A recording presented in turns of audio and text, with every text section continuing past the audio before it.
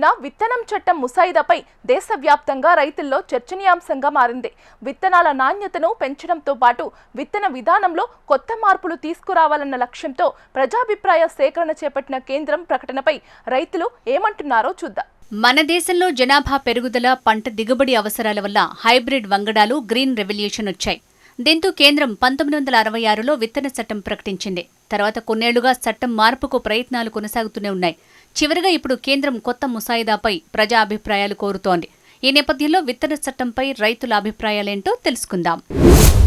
2025 విత్తన చట్టంలో పరిహారం మంది వెసులుబాటు ఇచ్చారంటే లేదు. ఇక్కడ చాలా లొసుగులు ఉన్నాయి. తెలంగాణ రాష్ట్రానికి విత్తన చట్టం ఉండాలి. ఆ రాష్ట్రాల పర్యవేక్షణ విత్తనాలు అమ్మాలా. ఆ యొక్క భూసారానికి, ఆ వాతావరణానికి తగిన విత్తనాలు ఉత్పత్తి జరిగి రైతులకు విక్రయించే ఒక నూతన చట్టంలో ఈ మార్పులు తీసుకురావాలని చెప్పి కూడా డిమాండ్ చేస్తా ఉన్నాం. రైతుల అభిప్రాయ సేకరణ, రైతు సంఘాలు, ప్రజా సంఘాల అభిప్రాయ సేకరణ కూడా తీసుకోవాల్సిన అవసరం ఉంది. ఇవాళ కార్పొరేట్ సంస్థలుకి లాభాలు చేకూర్చే విధంగా ఇవాళ అమెరికా ట్రేడ్లతోనే ఒప్పందం చేసుకుని ఈ కొత్త విత్తనం చట్టం తీసుకొస్తుందనే అనుమానాలు ఇవాళ వ్యక్తమవుతున్నాయి. ఏదైతే రాష్ట్ర భాషలు ఉన్నాయో ఆ భాషలకు తర్జుమా చేసి స్థానిక రైతాంగానికి క్షేత్రస్థాయిలో ఈ ముసాయిదాను పంపిణీ చేస్తే చిన్న సన్నకారు రైతులు వ్యవసాయం చేస్తున్నటువంటి ఈ పరిస్థితిలో ఈ విత్తన చట్టాన్ని తెలిసిన పరిస్థితి అయితే గ్రామసీమల్లో లేదనేది మేము రైతు సంఘంగా భావిస్తాం. నకిలీ విత్తనం ఇచ్చినప్పుడు దాన్ని నిర్ధారించి రైతుకు నెలలోపు నష్టపరిహారం కట్టించే విధంగా సుతా ఆ చట్టంలో పొందుపరిచి ఉండాలి. తెలిసి తెలియని వాళ్ళు వెళ్తుంటే వాళ్ళకి నచ్చిన విత్తనాలు ఇస్తున్నారు. అది తెచ్చి మేము ఉపయోగిస్తుంటే అవి లాస్ట్లో ఫలితం కనిపించట్లేదండి.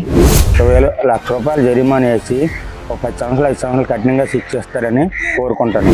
ఇంగ్లీషు, హిందీలో మాత్రమే కాకుండా ప్రాంతీయ భాషలు అందరికీ అందుబాటులో ఉండేటట్లుగా ఈ బిల్లును తీసుకొస్తే ప్రతి ఒక్క ప్రాంతంలో ఉండే రైతులకు ఉపయోగపడద్దని మేము అయితే ఆశిస్తున్నాం. ఎంత విత్తన చట్టాలు ఏం చేసినా కూడా అమలు లేనటువంటి విత్తన చట్టాలు నిష్ఫలితము. ప్రయోజకులు కానటువంటి కొడుకులు ఎంతమంది పుడితే ఏముంది, చట్టాలు ఎన్ని వస్తే ఏముంది, రైతు రక్షించగలిగే చట్టము అది అమలు అయినప్పుడు కదా. రైతులుగా మాకు తెలియదండి.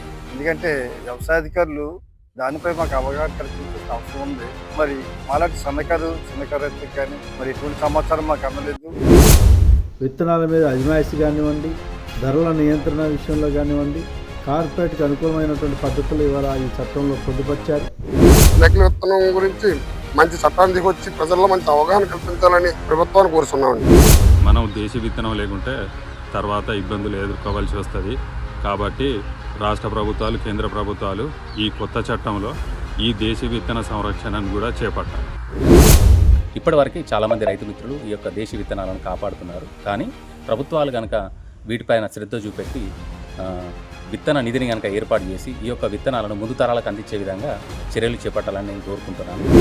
ఆత్మహత్యలకు ఒక ప్రధాన కారణం కూడా విత్తనాల్లో నకిలీ విత్తనాలు రావడం. విత్తనాల చట్టాలను ఒక పగడ్బందీగా రూపొందించి ఆ విత్తన చట్టంలో భాగంగా ప్రతి మండలానికి ఒక మీటింగ్, అంటే ముసాయిదాను తయారు చేసేటప్పుడు ఏసీ రూమ్లలో కూర్చున్న కాకుండా కేవలం అంటే ముఖ్యంగా రైతుల అభిప్రాయాలు తీసుకోవాల్సిన అవసరం ఉంది.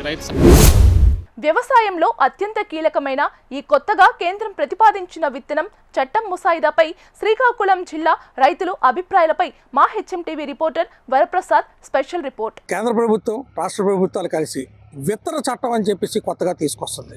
అసలు ఆ విత్తన చట్టంలో ఏ విధంగా ఉండాలి, రైతులకు ఏ విధంగా సహాయకారిగా ఉండాలి అన్న అంశాన్ని అభిప్రాయ సేకరణ కూడా చేస్తున్నారట. మన దగ్గర శ్రీకాకుళం జిల్లాకు సంబంధించిన కొంతమంది రైతులు ఉన్నారు. అభిప్రాయ సేకరణ కరెక్ట్గా జరుగుతుందా, మీకు ఆ చట్టం గురించి తెలుసా, ఆ చట్టం ఏ విధంగా ఉండాలి అన్న అంశాన్ని మనం అడిగి తెలుసుకునే ప్రయత్నం చేద్దాం. మీరు రైతు కదా, ఎన్ని ఎకరాలు చేస్తున్నారు, ఏమిటి, మీరు ఏమైనా నకిలీ విత్తనాలు బారిన పడ్డారా, ఇంతకుముందు ఏంటి పరిస్థితి చెప్పండి. విత్తనాలు బయట రైతు డిపోలో కొనుక్కుంటాం, అలా ప్రైవేట్ విత్తనాలు కూడా కొనుక్కుంటాం. అలాంటిది మేము చాలా వరకు విత్తనాలు కొన్ని చాలా వరకు మేము మోసపోయామండి. ఇది ఏంటంటే విత్తనాలు జల్లడం, పుట్టకపోవడం, మళ్ళీ కొనుక్కోవడం, మళ్ళీ జల్లడం, చాలా మదుపు అనేది మాకు ఒక ఎకరాకి ఎలగలేదని 30,000 40,000 వరకు మదుపు ఎక్కువ అయిపోతుంది. రైతు విత్తనాల నుండి సపరేట్ అయిన చట్టం తీసుకొని రావాలి.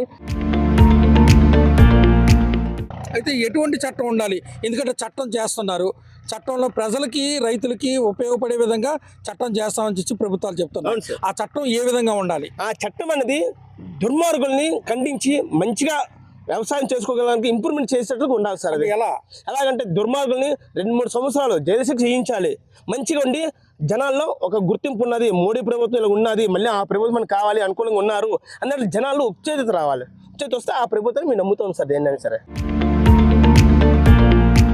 అధికారులు చెప్పట్లేదని చెప్పి ఒక రైతు చెప్తున్నారు.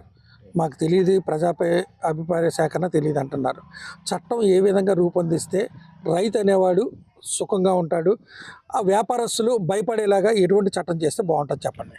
ఇప్పుడు నేనంటే చదువుకున్నాను కాబట్టి నాకు అన్నీ తెలుసండి దీని గురించి. అంటే ఎలా విత్తనాలు ఎలా మోసపోతుంటారో అవన్నీ తెలుసు. నాకు కొంత తెలుసు, అంతా తెలీదు.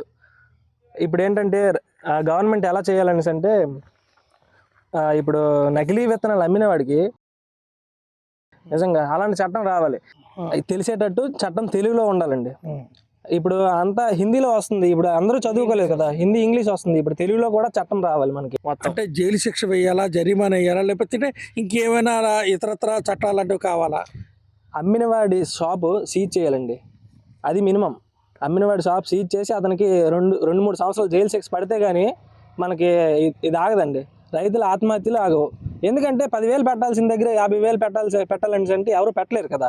ఇప్పుడు నకిలీ విత్తనాలు వస్తే అధికారులు కానీ వ్యాపారస్తులు కానీ మీకు ఏమైనా సమాధానం ఏ విధంగా చెప్పారు?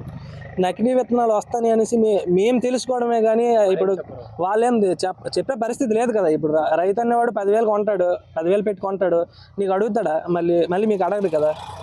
అక్రమార్కులు అలా పెరిగిపోవడమే తప్పించి మనకి శాశ్వత పరిష్కారం అయితే దొరకట్లేదు. ఆ పరిష్కారం కోసం గవర్నమెంట్ ఏదో ఆలోచించాలి. విన్నారు కదా, రైతే రాజుగా నిలబడాలంటే ప్రజా అభిప్రాయ సేకరణ మాత్రం మాకు తెలియదని చెప్పేసి చెప్తున్నారు. ముఖ్యంగా ప్రజల నుంచి కూడా ఈ చట్టంపై అవగాహన కల్పించాలని చెప్పేసి రైతులు కోరుకుంటున్నారు. రైతు అనేవాడు బతుకుతాడు అని చెప్పేసి సిక్కోలు వాసుల మనోగతం. ఇది శ్రీకాకుళం జిల్లాలో ఈ కొత్త విత్తన చట్టానికి సంబంధించిన తాజా సమాచారం. కెమెరామెన్ గోపితో వరప్రసాద్, HM TV, శ్రీకాకుళం.